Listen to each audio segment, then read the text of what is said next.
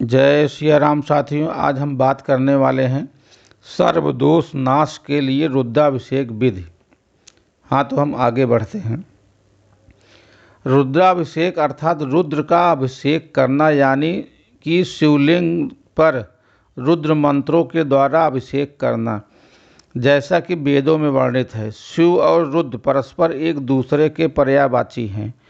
शिव को ही रुद्र कहा जाता है क्योंकि ऋतं दुखम द्रव्यात नाशयति रुद्धा, यानी कि भोले सभी दुखों को नष्ट कर देते हैं। हमारे धर्म ग्रंथों के अनुसार हमारे द्वारा किए गए पाप ही हमारे दुखों के कारण हैं।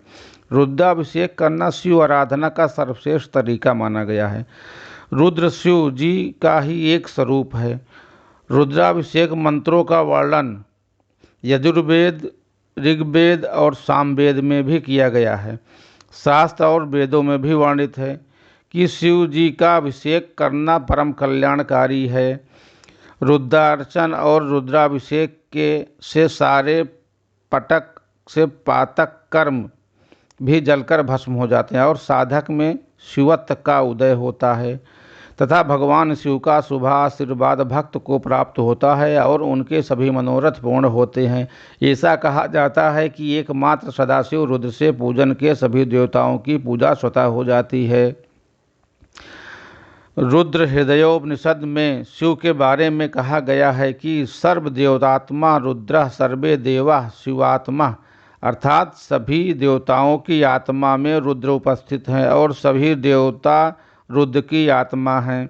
वैसे तो रुद्राभिषेक किसी भी दिन किया जा सकता है, परंतु त्रयोदशी तिथि, प्रदोष काल और सोमवार को इसको करना परम कल्याणकारी है। श्रवण मास में किसी भी दिन किया गया रुद्राभिषेक अशुद्ध व शीघ्र फल, अद्भुत व शीघ्र फल प्रदान करने वाला होता है। रुद्राभिषेक क्या है? अभिषेक शब्द का शाब्दिक अर्थ स्नान करना अथवा कराना। रुद्राभिषेक का अर्थ भगवान रुद्र का अभिषेक अर्थात शिवलिंग पर रुद्र के मंत्रों के द्वारा अभिषेक करना। वर्तमान समय में अभिषेक रुद्राभिषेक के रूप में ही प्रसिद्ध है। अभिषेक के कई रूप तथा प्रकार होते हैं। शिव जी को प्रसन्न करने का सर्वश्रेष्ठ तरीका है रुद्राभिषेक करना अथवा श्रेष्ठ ब्राह्मणों विद्वानों के द्वारा कराना। वैसे भी अपनी जटा में गंगा को धारण करने मात्र से भगवान शिव को जलधारा प्रिय माना गया है। रुद्राभिषेक क्यों किया जाता है? रुष्टाध्यायी के अनुसार शिव ही रुद्र हैं और रुद्र ही शिव हैं। रुद्र रूप में प्रतिष्ठित शिव हमारे सभी दुखों को शीघ्र ही समाप्त कर देते हैं। वस्तुतः जो दुख हम भोगते हैं उसका कारण हम सब स्वयं ही हैं। हमारे द्वारा जाने अनजाने में किए गए प्रकृति विरुद्ध आचरण के परिणाम स्वरूप ही हम दुख भोगते हैं। रुद्राभिषेक का आरंभ कैसे हुआ? प्रचलित कथा के अनुसार भगवान विष्णु की नाभि से उत्पन्न कमल से ब्रह्मा जी की उत्पत्ति हुई। ब्रह्मा जी जब अपने जन्म का कारण जानने के लिए भगवान विष्णु के पास पहुँचे तो उन्होंने ब्रह्मा की उत्पत्ति का रहस्य बताया और यह भी कहा कि मेरे कारण ही आपकी उत्पत्ति हुई है। परंतु ब्रह्मा जी यह मानने के लिए तैयार नहीं हुए और दोनों में भयंकर युद्ध हुआ। इस युद्ध से नाराज भगवान रुद्र लिंग रूप में प्रकट हुए और इस लिंग का आदि अंत जब ब्रह्मा और विष्णु को कहीं पता नहीं चला तो हार मान लिया और लिंग का अभिषेक किया, जिससे भगवान प्रसन्न हुए। कहा जाता है कि यहीं से रुद्राभिषेक का आरंभ हुआ है।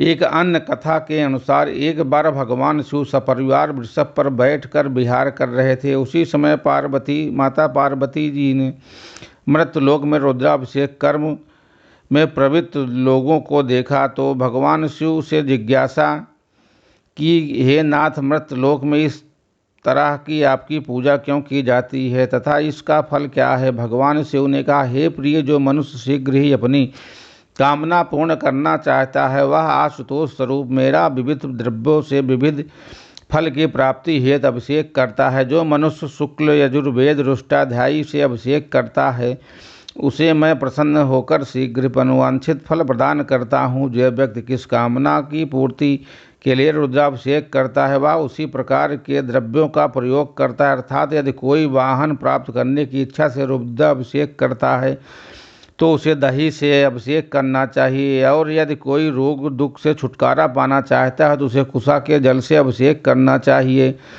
रुद्राभिषेक की पूर्ण विधिगत। जय सिया राम।